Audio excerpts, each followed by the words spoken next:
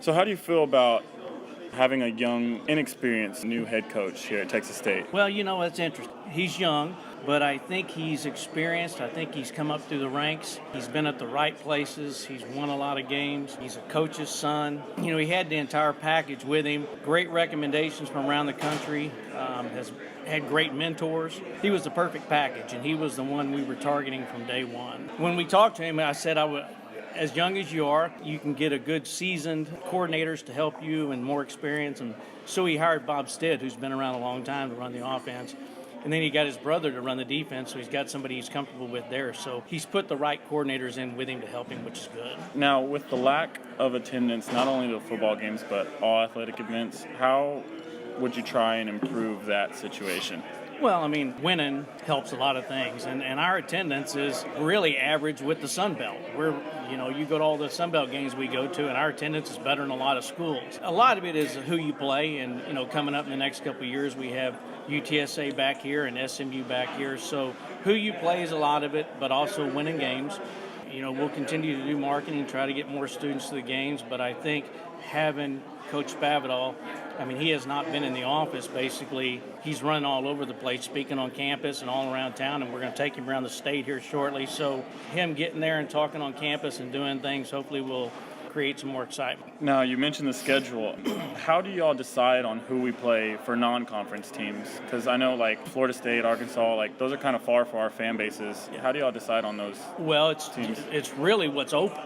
And it's crazy because people schedule 15 and 20 years out. That's what's crazy about it, and it's really hard. A lot of Texas teams don't want to play us, and we try to push to play all the Texas schools because they don't want to get beat by another Texas school. So we have had some success coming up. Like I said, we'll have Baylor coming here. We'll have 3 games with Baylor coming up.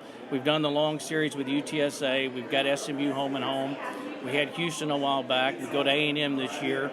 So we try to schedule.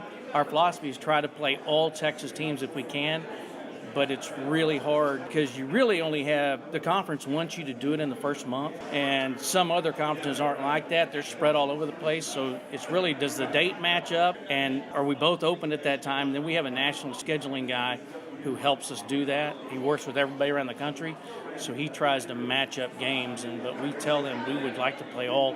I'd love to play all non-conference Texas schools.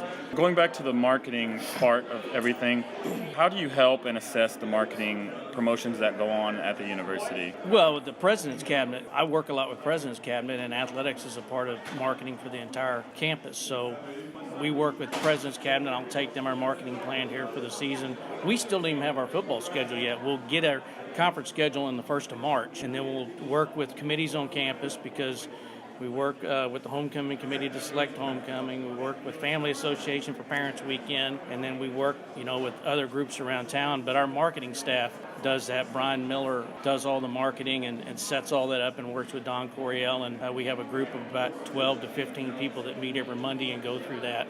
And in the past, we've had students come in and work with us on that. We try to get students involved to help us put things together, so it comes up through the ranks through us. Okay, I was just curious, just because you have a marketing degree from TCU, yes, and so I wasn't sure if you also had input. We all work together to try to do events and get different band nights or cheer nights or veterans nights and faculty staff nights, so we all work together on those things. What, other big-time or semi-big opponents are y'all working towards for the schedule? Like, we got A&M coming up as the first game.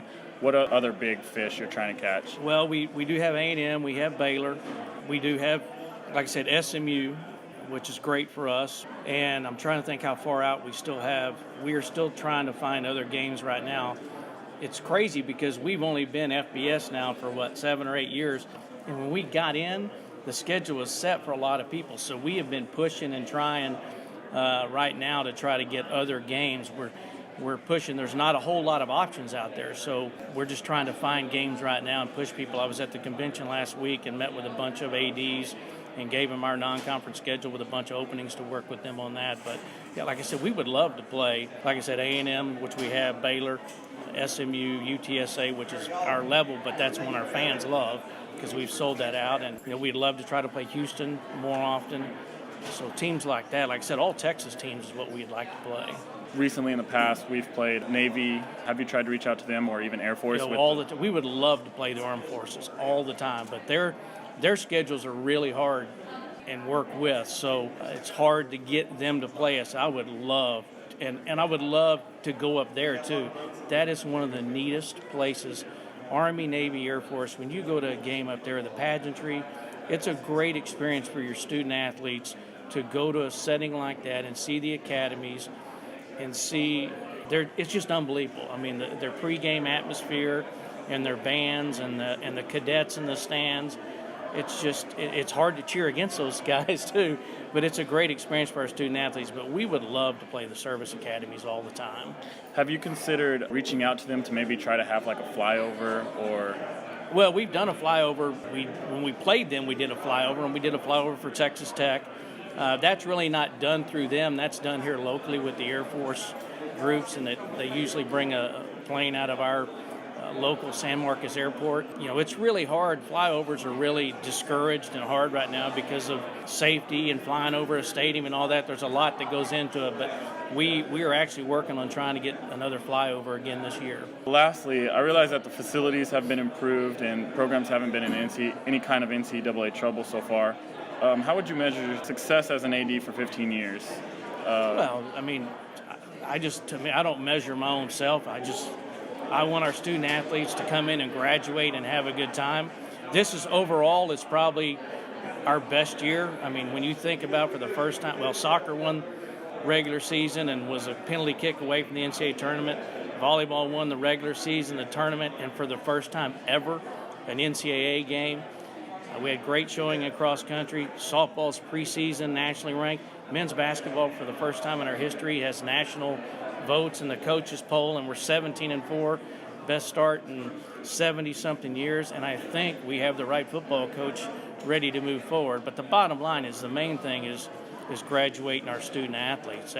That means more to me than anybody, and should to our coaches and everybody else, because that's what we're here for, is to graduate these student athletes, and hopefully they'll have fun along the way and stay out of trouble and represent the university well.